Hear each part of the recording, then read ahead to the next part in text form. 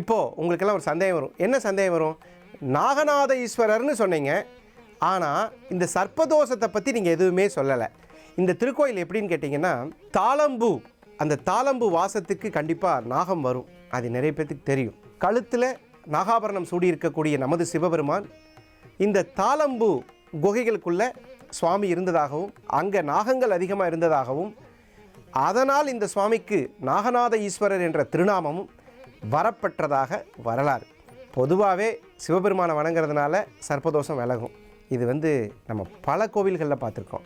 இந்த திருக்கோயிலில் சுவாமியே நாகநாதனாக அமர்கிறார். அது எவ்வளோ பெரிய விஷயம்! அந்த சர்ப்பதோஷத்தை தானே நீக்கித் தருவதாக இந்த ஸ்தலத்தில் அமர்ந்து தெய்வீக லட்சணம் பொருந்தி இங்கு வரக்கூடிய அனைத்து பக்தர்களுக்கும் நாகதோஷத்தை விலக்கி தரக்கூடிய ஒரு ஸ்தலமாக இருப்பதால் நம்மளுடைய அருள்கணிகள் அனைவரும் எப்பயாவது உங்களுக்கு வாய்ப்பு கிடைக்கும் பொழுது, இறைவன் அழைத்து செல்லும்போது இந்த ஸ்தலத்திற்கு சென்று உங்களுடைய நாகதோஷத்தை நிவர்த்தி செய்து கொள்வது ஒரு அருமையான வாய்ப்பு மட்டுமல்ல, வாழ்க்கையில் கிடைத்த இந்த அருமையான சந்தர்ப்பத்தில் வேறு யாருக்காவது ஒரு திருமணம் ஆகாமல், குழந்தை பாக்கியம் இல்லாமல், சர்ப்பதோஷம் இருந்து அவர்களை வாட்டிக் கொண்டிருந்தால் அவர்களுக்கு இந்த தகவலை சொல்லுவதால் சர்ப்பதோஷம் நிவர்த்தியாகும் என்ற அருமையான செய்தியை சொல்லி, இப்போ அந்த உற்சவருக்கு ஒரு தீபாராதனை. உண்மையாகவே தொட்டு சேவர்த்தி செய்பவர்களுக்கு சர்ப்பதோஷம் நிவர்த்தியாகும் என்பது ஐதீகம். பவாய சந்திரசூடாய நிர்குணாய குணாத்மனே காலகாலாய ருத்ராய நீலக்ரீவாய மங்களம் புருஷாரூடாய பீமாய व्याघ्रचर्माम्बराय च पशूनां पतये तुभ्यं गौरीकान्ताय मङ्गलम्.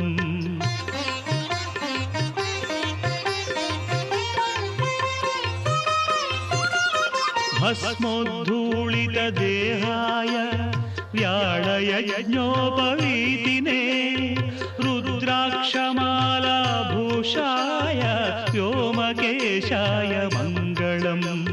सूर्यचन्द्राग्निनेत्राय नमः कैलासवासिने सच्चिदानन्दरूपाय प्रमदेशाय मङ्गलम्.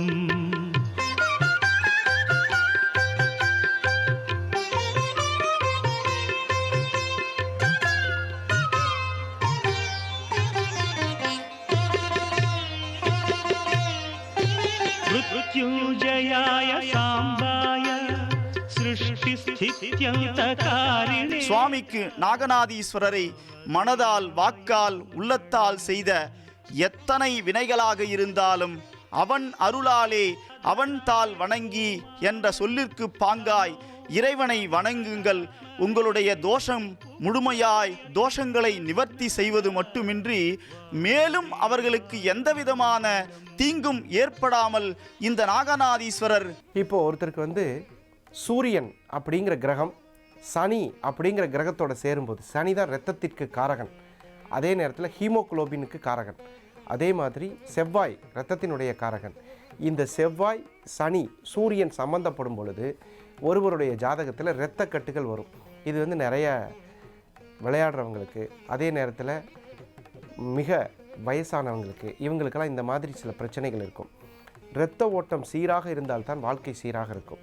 இந்த இரத்த ஓட்டத்தை குறிக்கக்கூடிய காரக கிரகமானது சூரியன். அந்த சூரியன் ஆவணி மாதம் ஆட்சி பெற்றிருப்பார், சிம்மத்தில் ஆட்சி பெற்றிருப்பார்.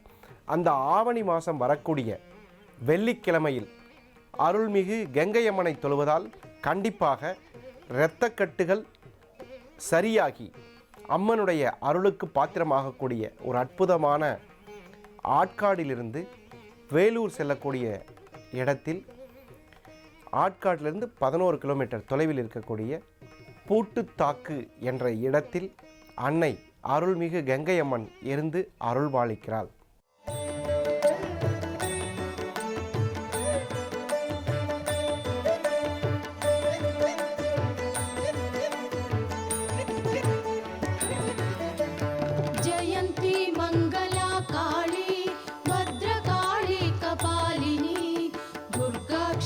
शिवा दात्री स्वाहा स्वता नमः. ॐ शक्ति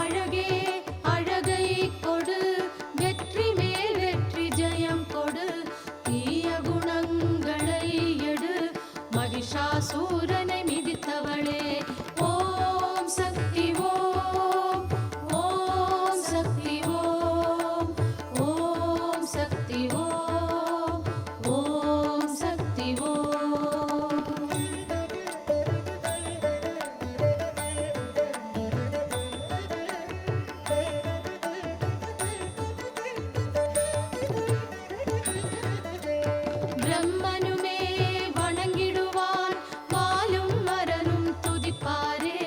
ரக்த பீஜனை வதைத்தாய், சண்டமுண்டர் சாய்ந்தனரே. ஓம் சக்தி ஓம், ஓம் சக்தி ஓம், ஓம் சக்தி ஓம், ஓம் சக்தி ஓம்.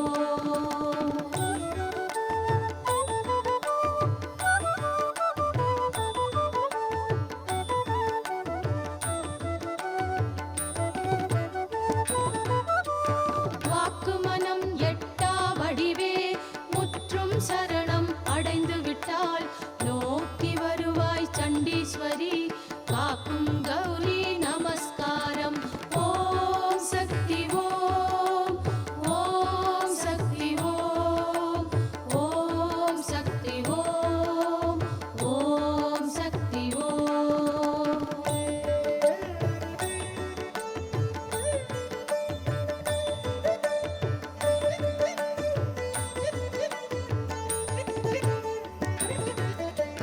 சௌபாகியம் தருவாய் தேவி, சௌக்கியம் சுகம் தந்திடுவாய். எதிரிகளே இல்லாமல் செய்வாய், செல்வம் மங்களம் தந்திடுவாய். ஓம் சக்தி ஓம், ஓம் சக்தி ஓம், ஓம் சக்தி ஓம், ஓம் சக்தி ஓம்.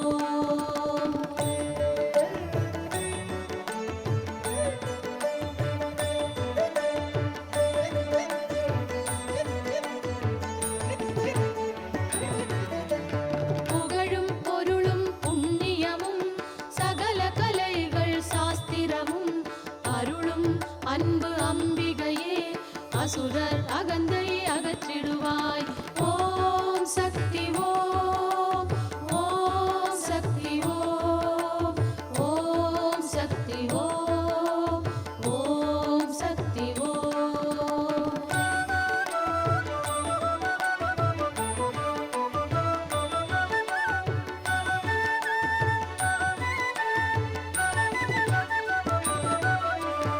இந்திராணி வணங்கும் திருவடிகள் எல்லா நலமும் தருமே. தேவர்களும் அரக்கர்களும் போற்றும் பொற்பதம் சரணங்களே. ஓம் சக்தி ஓம், ஓம் சக்தி ஓம், ஓம் சக்தி ஓம், ஓம் சக்தி ஓம்.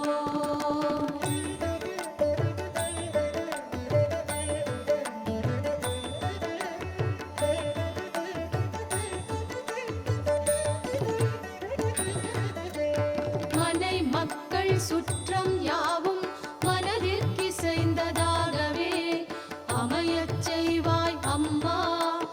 அகிலாண்டேஸ்வரி நமஸ்காரம்.